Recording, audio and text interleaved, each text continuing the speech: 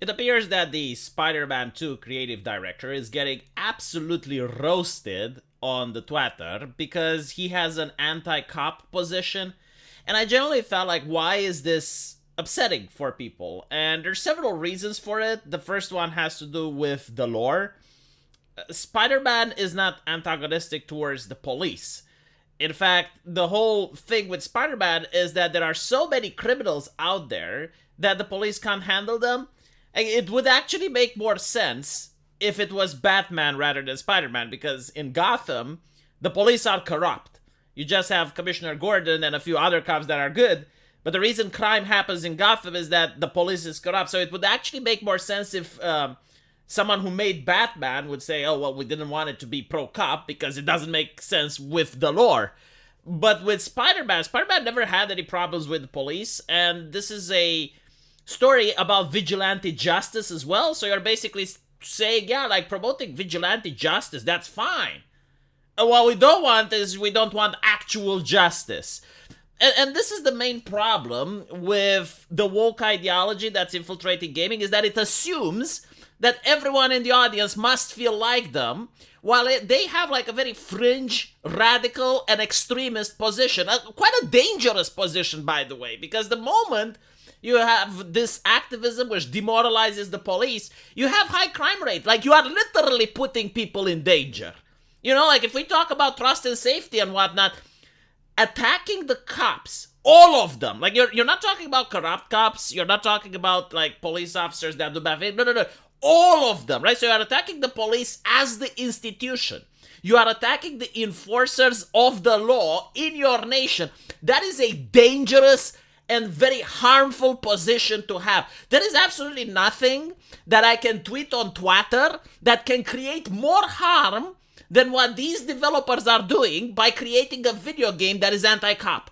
And with messages that go against the concept of being law-abiding citizens and that the police are evil.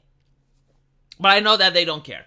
You know, and this is why the woke ideology is being mocked all over the internet, especially on Twitter. It's because, like, you are harming people with this ideology, right? Now, if you were to say there are some bad cops, or there's corruption, or some cops are doing bad things, that's one thing. No, but you're saying everyone, like everyone. So without police officers, why do you need judges then? Because, like, criminals aren't just going to turn themselves in, right? Like, they're not just going to walk into the courtroom and just like, okay, so I did a crime, can I have my trial, please? Like, that's not how the world works, right? So if you don't have cops, then you don't have judges. And if you don't have judges, why would you even have a government? What is the purpose of making laws if people do not follow them, right? So, like, this ideology with attacking the police is done in order to destabilize the nation. Like, it's a very harmful and dangerous ideology. You can see the results of it.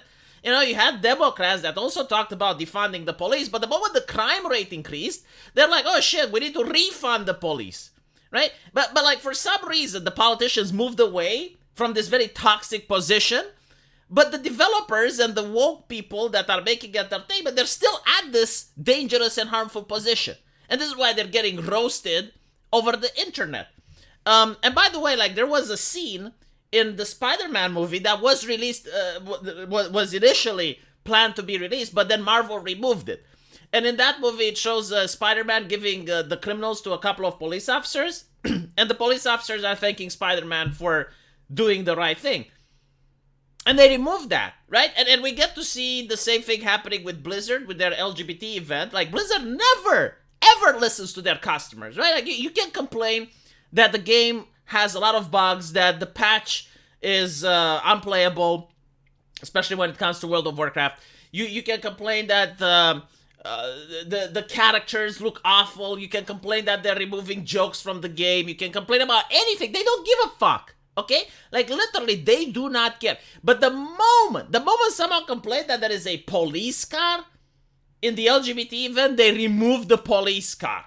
So it goes to show where their priorities are. Like, they do not want you to be safe. Like, literally, they want danger in the country by removing the police. And it does not make any lore sense, because Overwatch is actually glorified police officers with superpowers. But I just wanted to point that out. And, of course, another aspect of this is that it literally just promotes and encourages the rich to stay richer and the poor to become poorer, because the rich, they have actual private security. Like, they can defend themselves. They don't give a shit, right? It's the poor people, like especially the middle class and the people who happen to live in dangerous neighborhoods, that do need policing because they cannot afford to have actual security. So they need someone to defend them when a criminal comes to do crimes towards them, right? But you want to remove the police from the poor, from the needy, in order for businesses to be vandalized, for businesses to go bankrupt, so on and so forth. So that is the poor that are going to stay poorer, right? Meanwhile, the rich don't give a shit. You know, they're not even in high crime areas. Like if you have high crime happening in a rich area, they just move away because they have money, right? So this idea of defunding the police only advantages the wealthy. They don't care, you know, the politicians that are surrounded by security service and they live in a gated community and all of that. They really don't care about this.